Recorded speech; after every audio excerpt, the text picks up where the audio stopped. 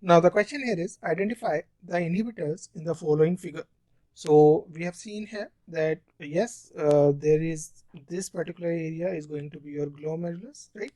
And here you will be seeing there will be an afferent arteriole and an efferent arteriole. So how you will be able to understand that the afferent arteriole will be bringing blood towards the nephrons or the kidney, and efferent arterioles will be taking the blood from the away from the uh, this particular nephron. So basically you can remember it by the word E. E stands for exit and E is going to be your efferent as well. So the blood will be exiting from the kidney through efferent arterioles. That is something which you can remember by this particular trick.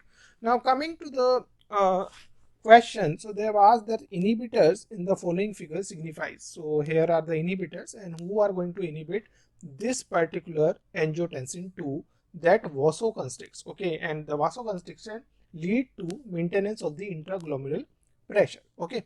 Now at the same time here you will be seeing that prostaglandins are there, they will be maintaining blood flow by vasodilation. So we know a lot of prostaglandins are going to be doing the function of vasodilation, and these are generally produced by the COX-1 and COX-2, and these are going to be produced here.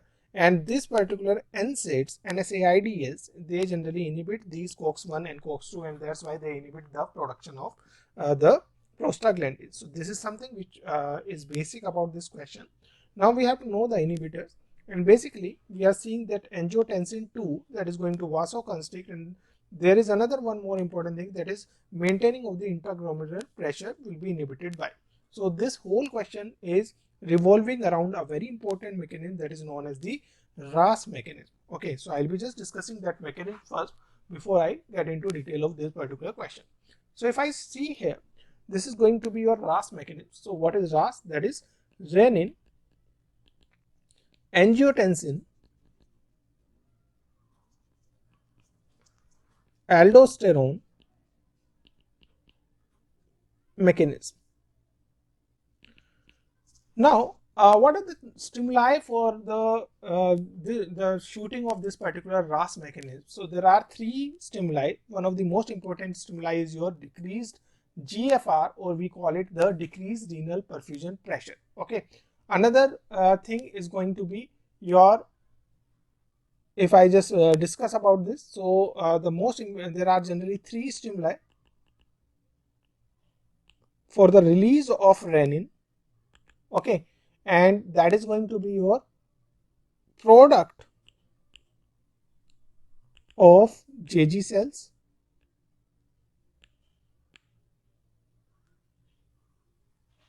beta 1 agonist, and then decrease renal perfusion. Okay, so these are the three stimuli which we have to understand. Production of the JG cells, second is beta 1 agonist, and third is your decrease perfusion or renal perfusion, and we are more concerned about decrease in GFR because here they have just shown the blood, right? Now what happens whenever there is any stimuli for the shooting of the renin? Okay, so what is renin actually? Renin is basically a product that is produced by JG cells, okay, juxtaglomerular cells. This particular is going to be your produced by JG cells. That is very important question, sometimes asked in exam. Okay, so basically JG cells are the granular cells which are seen in the tunica media of the afferent arteriole. So they are seen in the cells of tunica media of afferent arterioles. So that is again very important point. Now this renin will be converting an enzyme called angiotensin into angiotensin 1. Okay, now there after the angiotensin 1 stage, there is an enzyme called ACE, or sometimes we call it angiotensin converting enzyme, or sometimes we call it ACE kinase. Okay, sometimes we call it ACE kinase 2. Okay, so basically this is seen in the vascular endothelium of lungs. So the production site of this particular enzyme, that is ACE or ACE kinase 2, is going to be your endothelium of the lungs. So that again makes a very important point for your exam. And this particular ACE is going to convert this angiotensin 1 into angiotensin 2. Okay. Now what will be the function of this angiotensin 2? this angiotensin 2 will be reaching to two receptors. One is AT1 receptor, another is AT2 receptor. And when this angiotensin 2 binds to these receptors, what happens? The AT1 receptor, after binding with the angiotensin 2, will be producing aldosterone, that will be releasing aldosterone. And what are the function of this aldosterone? One important function is the vasoconstriction. This is vasoconstriction. And second important function is reabsorption of water and sodium. Water and sodium reabsorption.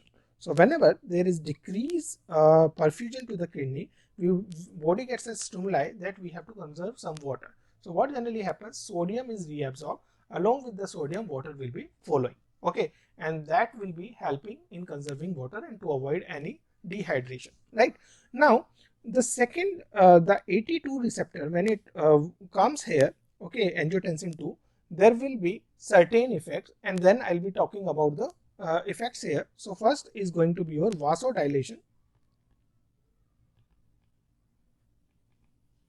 and that inhibits cell growth,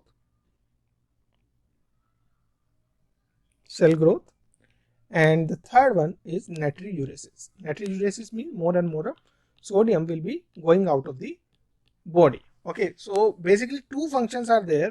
When it acts on AT1 receptor, then there will be another function, and when it acts on the AT2 receptor, then there will be another function. Now till now, this is the Ras mechanism. Now where is the inhibitor actually? So there are certain inhibitors called ACE inhibitors, and these ACE inhibitors are generally going to inhibit this particular ACE enzyme, and hence it blocks the formation of angiotensin 2 from angiotensin 1. Okay, so that is very important. ACE inhibitors are going to inhibit this particular ACE enzyme, that is ACE kinase 2, that is produced in the endothelium of the lungs, and that's why it is not going to produce any angiotensin 2, and hence it won't be going to the AT1 receptors or AT2 receptors.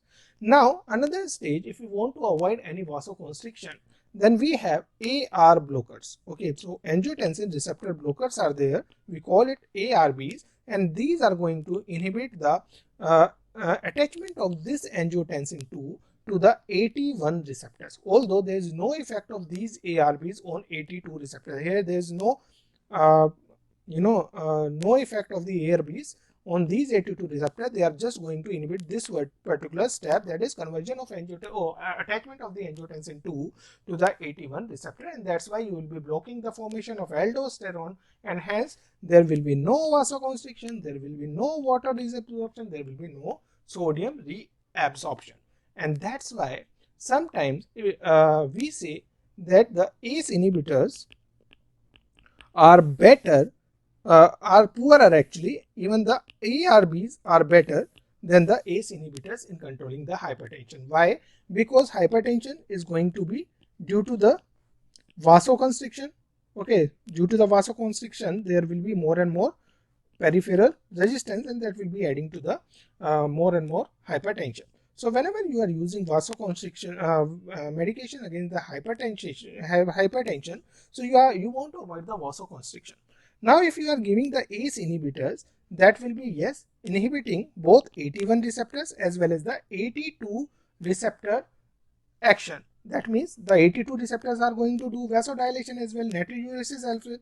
So if we can spare the action of the AT2 receptors, that means the binding of the angiotensin 2 is held on the AT2 receptors, but this particular binding is stopped, then we will be getting better effects. We will be getting vasodilation, we will be getting natriuresis, and there will be less hypertension, less peripheral pressure. Okay, that's why we consider the ARBs are better drugs for the hypertension than the ACE1. Now coming back to the topic here, so if we just try to understand that who is going to inhibit the angiotensin 2, there will be, yes, there will be your ACE inhibitors, right? Second, they are also talking about we have to maintain the intraglomerular pressure. So all this thing is about the Ras mechanism. And if you just try to understand the Ras mechanism, there are two steps which are blocked by two particular drugs. One are going to be your ACE inhibitors and other are going to be your ARBs. So answer to this question is going to be your both 1 and 2 because we are talking about the Ras complete mechanism here, and we are talking about the inhibitors in this particular case. So if we just quickly walk through the explanation here, so you'll be seeing, yes, NSAIDs we have already discussed.